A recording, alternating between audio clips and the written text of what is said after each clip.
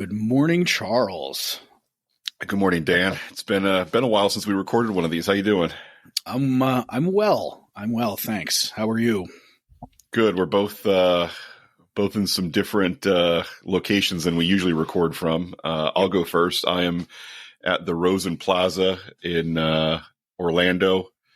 I stay at this hotel for almost a week once a year because a fraternal organization I'm a member of, who's also my largest client, has their convention here every Memorial Day weekend. So I spend 6 nights here every year, and the rooms are nice. The internet's pretty good. The place to put my tablet for recording is terrible, as you can see. We're about to talk about social media in today's episode, and here's a quick tip. Whenever you take a picture of yourself to post on social media, the background should not be the ceiling, because that is the most unflattering angle for 99% of us is down going up. So if you can see the ceiling in the background, You've done something wrong. It should be more like this, if anything. Where the camera is above you looking down, but when it's below you looking up, it's a real chin showcase, which is not flattering for most of us. Oh, that's funny. I'm actually up in New Jersey at my dad's place. Just trying to help the family out a little bit and take care of some stuff for the next couple of weeks. So that's why I am recording from the basement. Also from a you can see the ceiling in my shot as well, so it's probably not the best angle. But yeah, I am enjoying the really cool weather at night, though. It's nice. It drops down to the low 60s, high 50s, no humidity, unlike Orlando. And so I've got the window open, I've got the breeze kicking in, and waking up it's kind of in the mountains up here in New Jersey, northern New Jersey. So it's nice. You get the birds chirping and lots of animals surrounding us, and it's nice. A little bit of forest therapy, if you've ever heard of that in Japan, for actual patients who have high blood pressure. It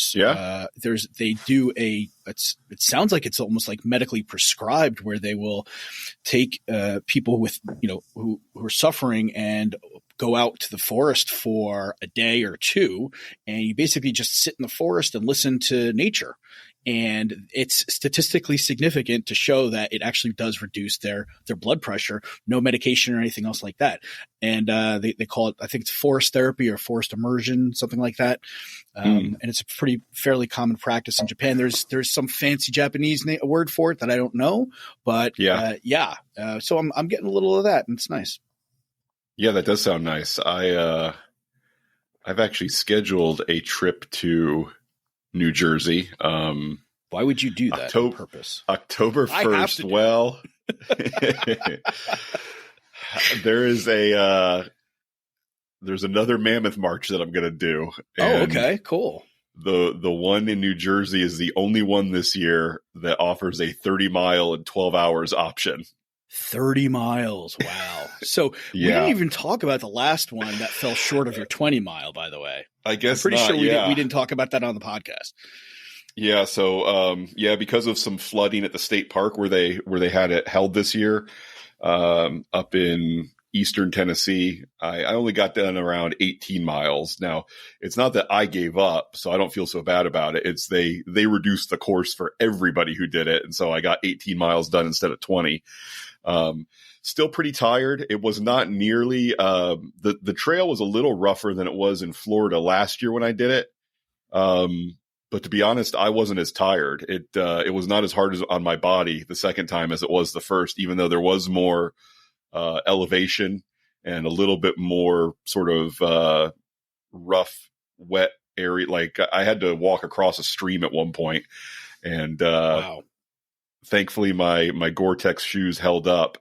But I think this was their last trip, so I'm getting ready to order a new pair of Merrell Nova 3 Gore-Tex hiking shoes for the Jersey trip. The Jersey trip will be October 1st, so I'll be prepared for a little brisk weather on October 1st. Sure. Yeah. It's going to be outside of Hackettstown. Is that someplace you know? Yeah, that's right up near me. Yeah. Okay.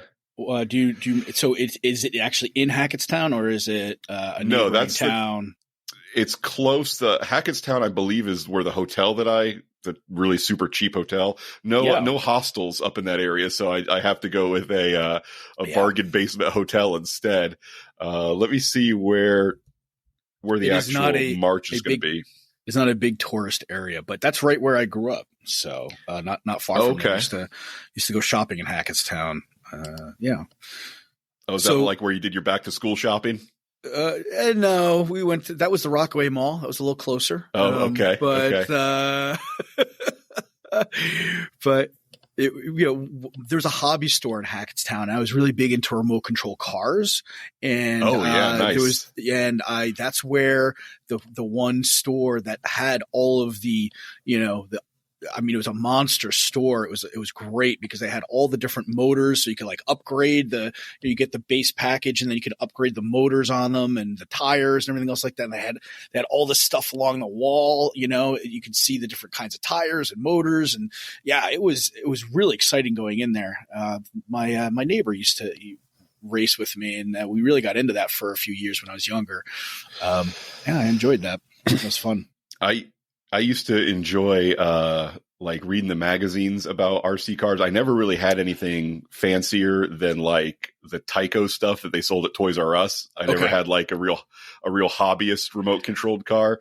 Yeah. Oh man, I remember when I was a kid and they came out with the remote controlled hovercraft, and that blew my mind. And I really wanted one of those. One of the few toys that I really wanted badly as a kid that I never got was the radio controlled hovercraft. Yeah, I think I remember seeing that in one of the magazines, but it was like ridiculously expensive as it probably should have been at the time. That's what whet my appetite were those magazines, and I'd see the back of them, and I'd be like, oh, I need this. The problem was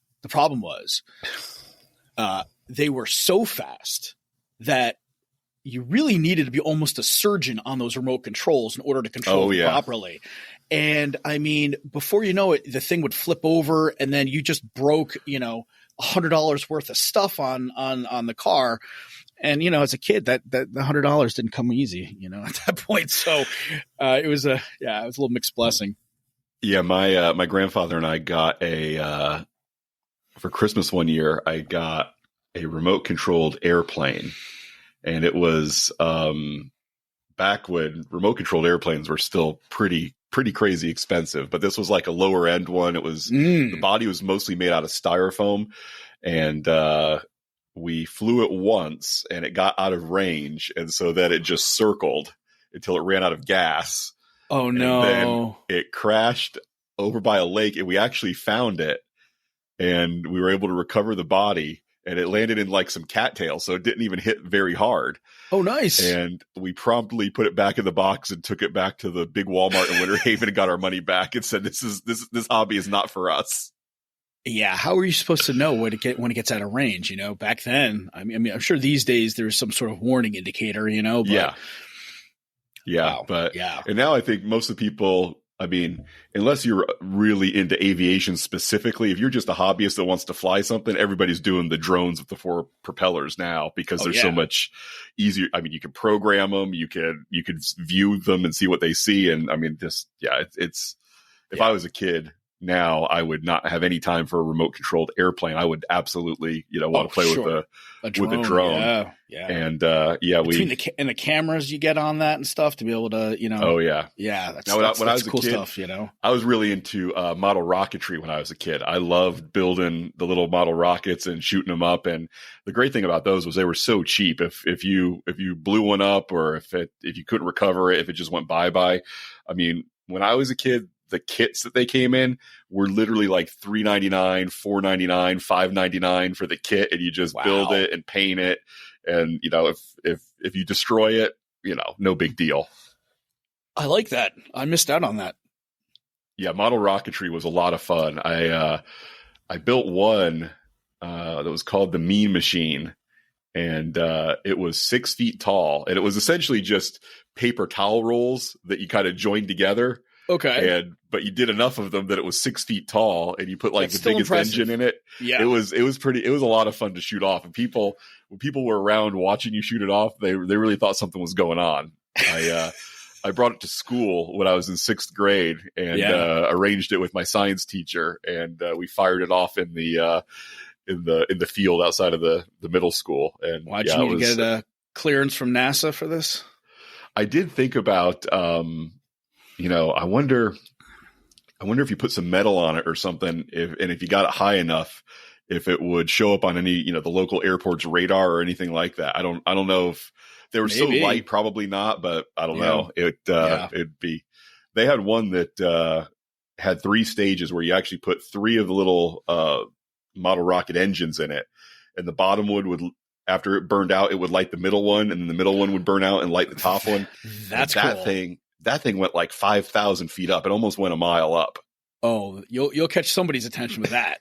But that one was small. That one's only like 2 feet tall. But it would go almost a mile. And wow. I mean, I would imagine now that with post 9/11, there's probably people looking for rockets, especially if you're near an airport or anything like that. You probably don't have the freedom with that hobby that you did, 30 years ago, 40 years ago when I was doing it. I guess it would have been about 30 years ago that I was really active. But anyway, so let's see what else is going on. I'm going to New Jersey. A couple weeks I'm going Pacific Northwest for another music festival, headed out there. Nice. Let's see. You and I have work to do on our studio at your place when you get back to town. I was looking at I think we've got, I want to say 7 weeks left until episode 100. And maybe when you get back to town, we'll have enough time to get the studio ready. So our first episode from the studio with video can be number 100. That's the way to do it. All right, man. We've got the goal laid out, so let's get it done. I just got some new stuff delivered and dropped off I was at your house yesterday, even though you weren't. Let myself in to deliver a couple of I bought 2 used 22-inch HD monitors with stands, floor stands. So nice. That, we'll each be able to have a monitor behind us over our shoulder. Schmancy. So we can see what's being recorded as we record in real time, and got the cameras, got the switcher, got all that hardware, and now it's just going to be a matter of furnishing the room and making it look presentable. Yeah, we'll get it done. Let's get me that list, and I can start making some purchases or however you want to do it. Yeah, that sounds exciting. I'm looking forward to having that first episode. Maybe we'll record it. We'll put it out live as we record it too. Why not? Yeah. Let's do it. And we'll see how that goes. All right, so let's talk about using social media to your advantage. And first of all, I want to say a lot of people can use social media in a lot of different ways. And I'm not telling you any way is right to use social media or any way is wrong to use social media. I do have some opinions on helpful ways and unhelpful ways to use your social media. But the first thing I'll say is that your Facebook, your Instagram, Snapchat, TikTok, whatever you like, Twitter, you shouldn't feel obligated for your social media to be a documentary. This is more.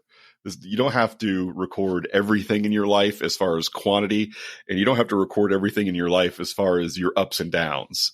I think of it more as a public relations tool than a documentary. And so, one of the problems with social media that, many experts say makes it so toxic and dangerous is the fact that people only share the good things in their life. And so you look at somebody else's life through social media and you assume everybody has it better than you.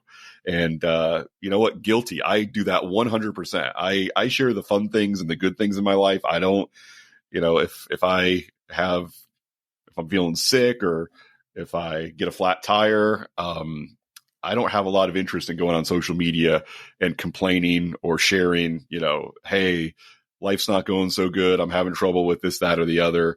While a lot of people do. And, I'm not taking a moral stance to say that's wrong or you shouldn't do that. But I do find in particular when men use social media as a tool for gaining pity. Look, if you feel like you have to do that and it does make you feel better and you think that that's the way to go ahead and do that. However, if you're also a single man who is looking to meet and date women, there's going to be a trade-off there where, using social media to complain about how tough your life is or how your work's not going great or you're not getting along with the mother of your children or, from your previous relationship or whatever. If you're using it to vent the things that are not going right, when it comes to the way women who are your acquaintances or your potential love interest feel, women who are not already invested in your life, they're not a committed partner, they probably don't want to see or hear about that. And, if I'm just your casual friend, I don't really want to see or hear about it either. And, I'm going to at least have a temptation, if not an outright drive, to snooze you for 30 days so I don't have to get bummed out by what's going on with you. Yeah. Yeah.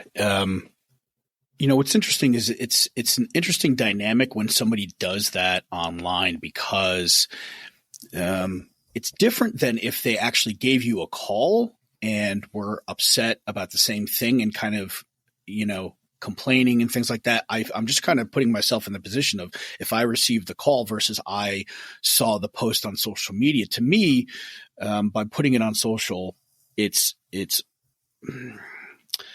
almost feels inauthentic in a weird way, or that you really are just complaining for the sake of complaining and you really don't want a solution, or that you really don't value the people who are connected with you on social because it's kind of going out to everybody rather than maybe a few trusted friends. So the way I'm feeling about it initially is that it almost puts a wall up a little bit and separates me from that person, assuming I actually know that person in real life as well. Right. Right. Versus if I got a call, I would feel a little bit more compelled to provide support. I would feel a little bit more compassion. I would feel a little bit more empathy and want to be that support system for that person, Yeah. I mean, I think it's a way that you can share your mental state or share what's bothering you in a way that, only requires sort of faux vulnerability, not real vulnerability. Right. Oh, that's a good point. Yeah.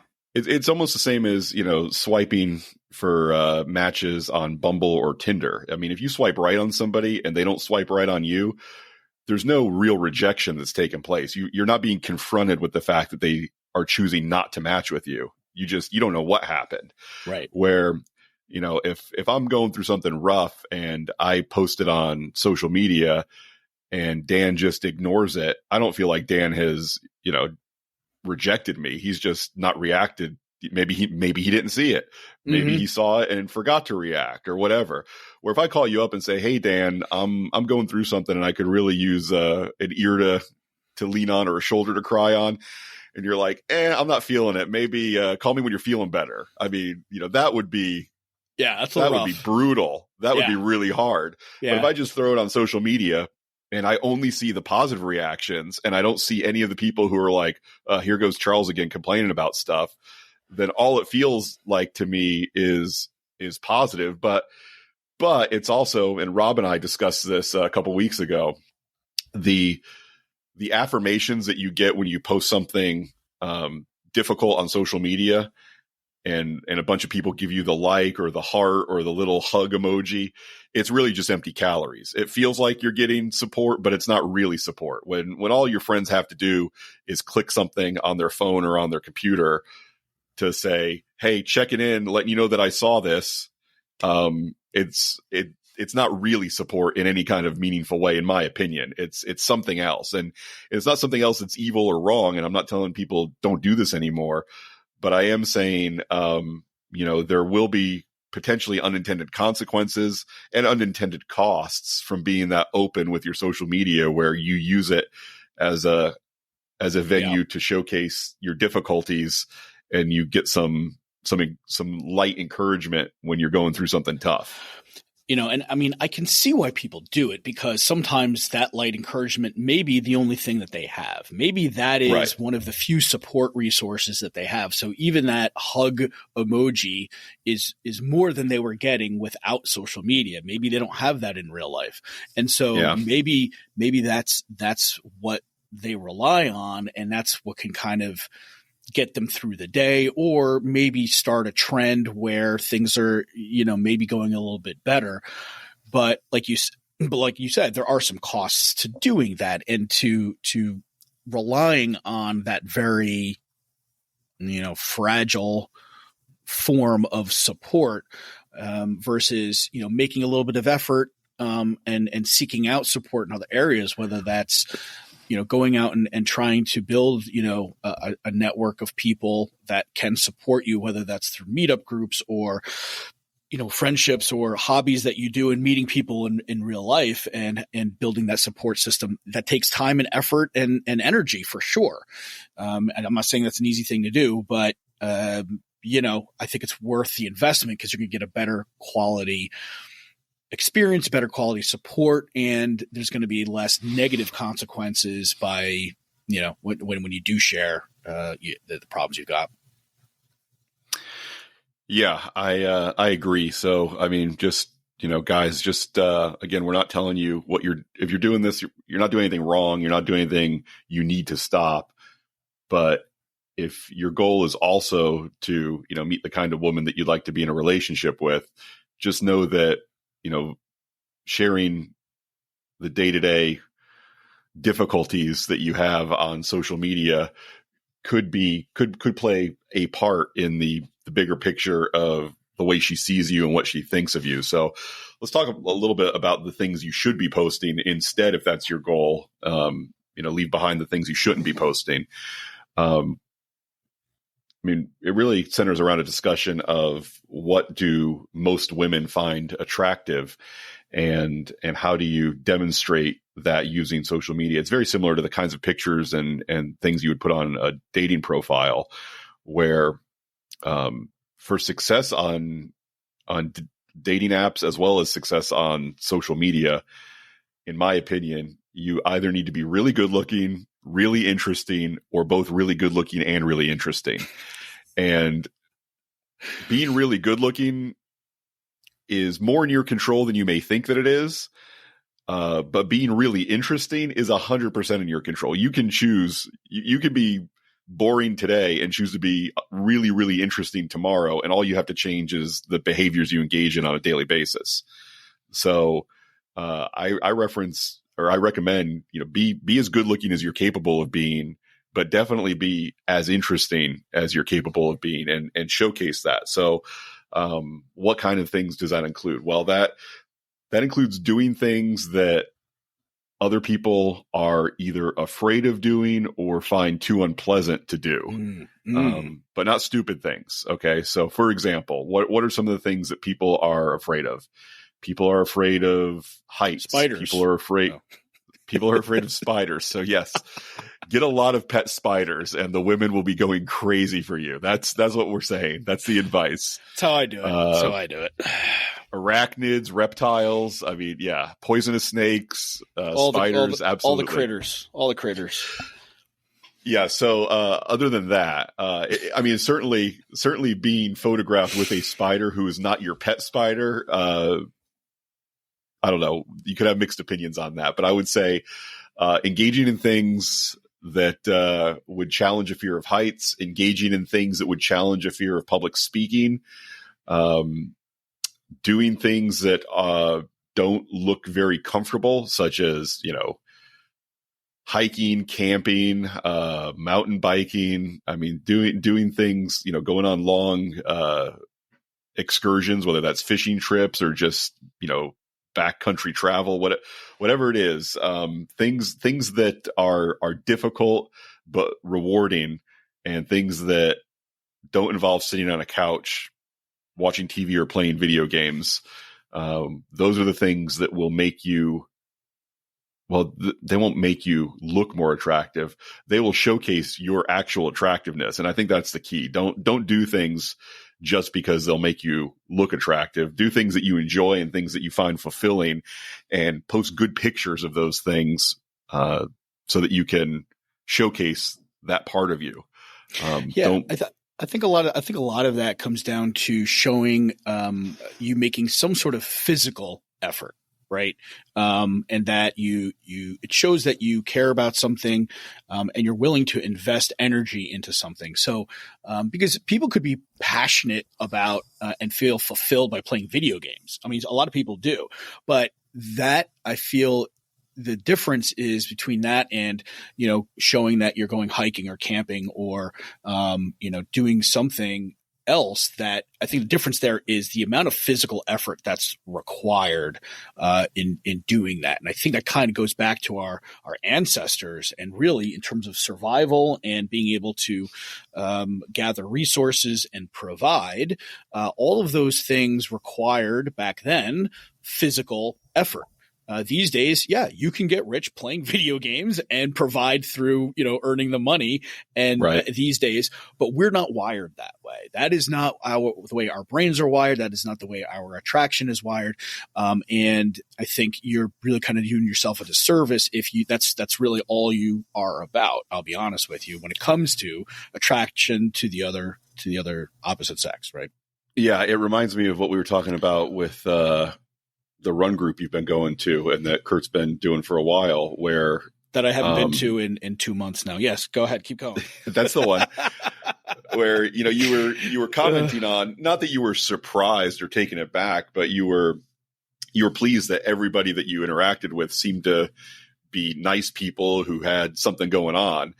And, we mentioned the fact that, it's a self-selected sample of all people who are willing to, after a day of work, usually, get up off the couch and go out and do something, instead of just, okay, I put in my 8 hours at the factory. Now I'm just going to crash on and turn into a puddle on my sofa and watch TV till I fall asleep.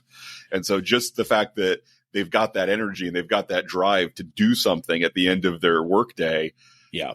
That already means they're a kind of person that is going to be interesting and somebody that has something going on. Yep. Yeah. Same thing. If you've ever heard that expression, if you need something done, ask the busiest person you know. Right. And that's because that they get stuff done. They are taking things on. They're getting stuff done. So something to think about. It's an interesting thought there. Yeah, the one of the tools that the author references, or one of the purposes that you can use social media for, is creating artificial jealousy, which, as is the custom in these later chapters, this is something that I don't love the way that he talks about it, and I think there are more helpful ways to describe it. If a particular woman has caught your eye and you're interested in her, don't create a fake social media life just for the purpose of impressing her and making her jealous, because that's almost certainly not going to work. Rather, if you want to maximize your attractiveness to all of the kinds of women that you would be interested in, use your social media to showcase the social aspects of your personality, meaning take pictures with and post pictures of yourself in groups of both men and women doing cool things and having fun together. And if she does have some interest in you and there's any potential for her to feel jealous, even if she's looking at, a cute girl who's, 3 or 4 people down in the group photo of you, then she'll start thinking, oh, I wonder if he knows her. I wonder if what their relationship is. But trying to artificially create that where, you've got a platonic friend who's a good looking girl and you decide, oh, if I take a picture pose next to her, maybe this other girl that I have a crush on will be jealous, which I've done that myself before. I mean, and what did it get me? Absolutely nothing. So I would recommend against it. Just go out, have fun, be social, document that fun social life that you have. And if there's a girl that has some mild interest in you, maybe you'll be able to turn it up a notch by showcasing that part of yourself that people generally find attractive. But as far as, creating scenarios and fictional scenes to make somebody jealous, in my experience, it's a total waste of time. And, that might be a short-term win, but then if you actually end up dating that person that you've created this, fake life for, and you don't keep it up, she might be like, hey, where are all these trips? Where are all these, these things that you were doing that attracted me? They don't exist. And it's like, okay, or they're completely different. And so now, and it's, I think the same thing kind of happens with, with money. And we talked about this too, is if you're attracting somebody with money, then the money goes away. The traction and the relationship goes away as well, right? So whatever you attract them with, you kind of really need to kind of keep them with as well. So it really should be your actual authentic self, because that's always going to be there, right? Yeah, and I would say, and also, keep in mind the volume of content that you post on social media. I probably go a little too far on posting too many things on social media. But again, my goals right now are not to seem as attractive as possible to potential mates.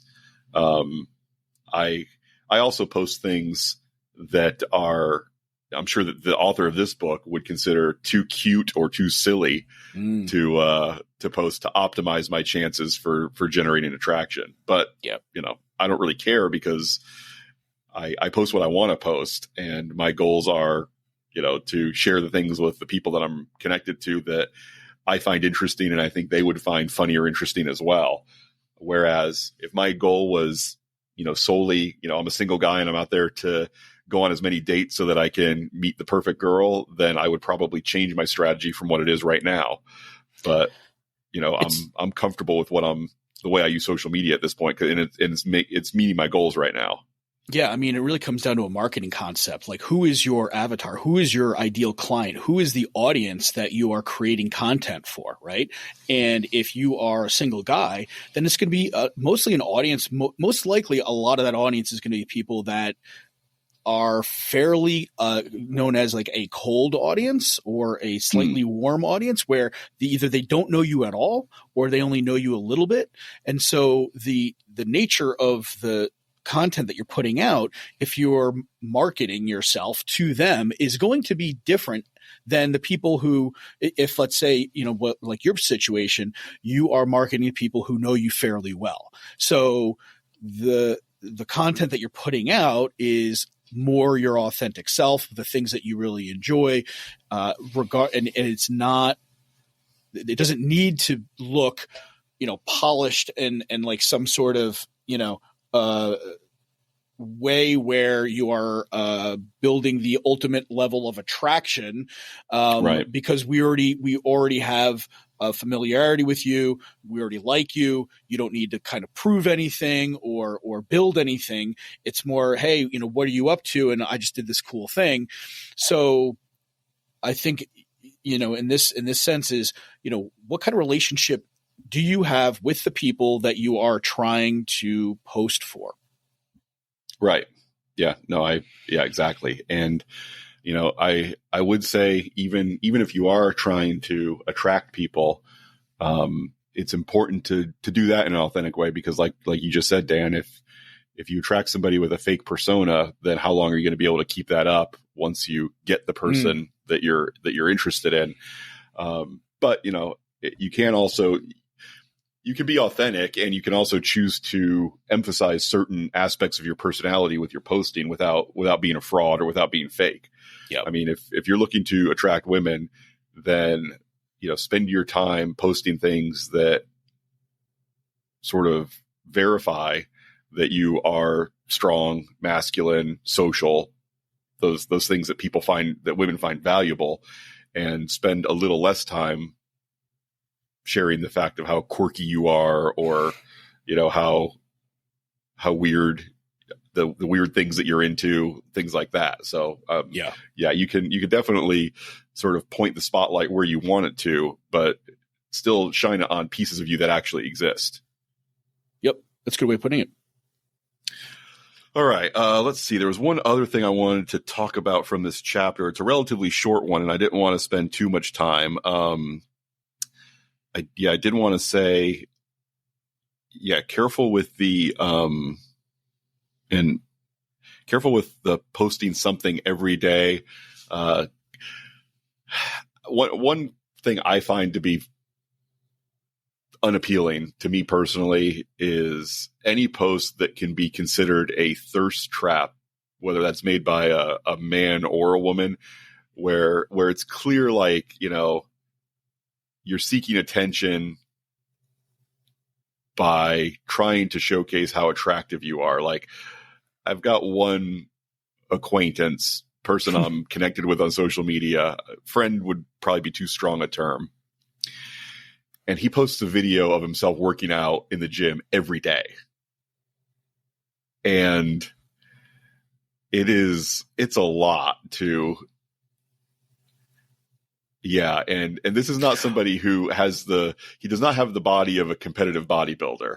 So even if he did, what is the text or the his caption? I mean, is it just a video of him and nothing else? It's usually some sort of inspirational quote. That's a very cliche inspirational quote. Okay. Got it. Okay. And, if you're hearing this and you assume that I'm talking about you, I probably am. So get it together. Let me ask you, I mean, is he some sort of trainer or coach where he's trying to garner business by motivating people to do these things? Definitely not. Okay, so then interesting. I believe this is just an effort to, for me, what it looks like is it's very important for me that you see me this way. So I'm only going to post this stuff. Got it. And, and it does. I don't know what it is specifically that has me turned off by it. That could be my issue, my problem, my whatever. But when I see it, like, okay, it's 8:00, it's time for another video of him working out. It's just like, man, I don't know what you're going for, but I feel like this is almost certainly not getting it. And and then I'll look at the video and from yesterday or a week ago, and it's like they've got 3 likes, 4 likes. I mean, so it's not catching on like fire that I assume he would like it to be, but he's still, consistency is key when it comes to marketing, but what's the product and what's the audience is my question. Right. And usually, the good marketing, solves a problem or does something for the consumer, for your audience. Right. And, in that respect, you're really not doing much. Other than, if it's a cliche quote, everybody's probably heard it before. You're not really providing any value to the people who are looking at your stuff. And versus, when the few times that I post, and I know that when you post, usually it's, you're providing some sort of chuckle. It's some sort of, it's funny or interesting in some way. There's some sort of stimulation you're providing somebody who's looking at the post. And I think a lot of us, most people, I think, try to, keep that in mind. Whereas if you're doing the same thing all the time, especially like you do, your gym workout once in a while, but mix that in with something else, because at that point, once you've seen it once or twice, what kind of value are you providing? Unless you, again, go into details like, this is an issue that a lot of people have when they do this type of exercise. Now you are potentially solving a problem or an issue for somebody, right? And then you've got to give some value in that respect. And a lot of, online fitness professionals will do that, and I think that's fine. But just, recording yourself and then, stealing an inspirational quote. Yeah. Yeah. I remember the other thing I wanted to talk about with social media use is when men have I guess you could call it a dating strategy, but that seems like a real overestimation of both the effort and the effectiveness. If there's a girl you're interested in and you follow her on Instagram or Facebook or whatever, don't believe that you are going to find yourself in a relationship with her by liking all of her pictures or liking her pictures and then commenting the fire emoji. Why not? I mean, here's the thing. If the woman, I was going to say if the woman that you're interested in is attractive, but really if the woman you're interested in is just clearly a woman on social media, she's going to get enough guys just liking her stuff because they're men and she's a woman, and enough people misunderstand the value and the message of liking someone's picture that, you are not going to set yourself apart from the crowd by just liking all of her pictures or even liking some of her pictures. I mean, if you see something that she posts that you legitimately like, then go ahead, like it. It's not complicated. But the idea that every time she posts a selfie or a picture of herself and you go through and you like all of them, and you think that somehow that is a low investment, low potential rejection way for you to express your interest in her, you are not expressing your interest in her.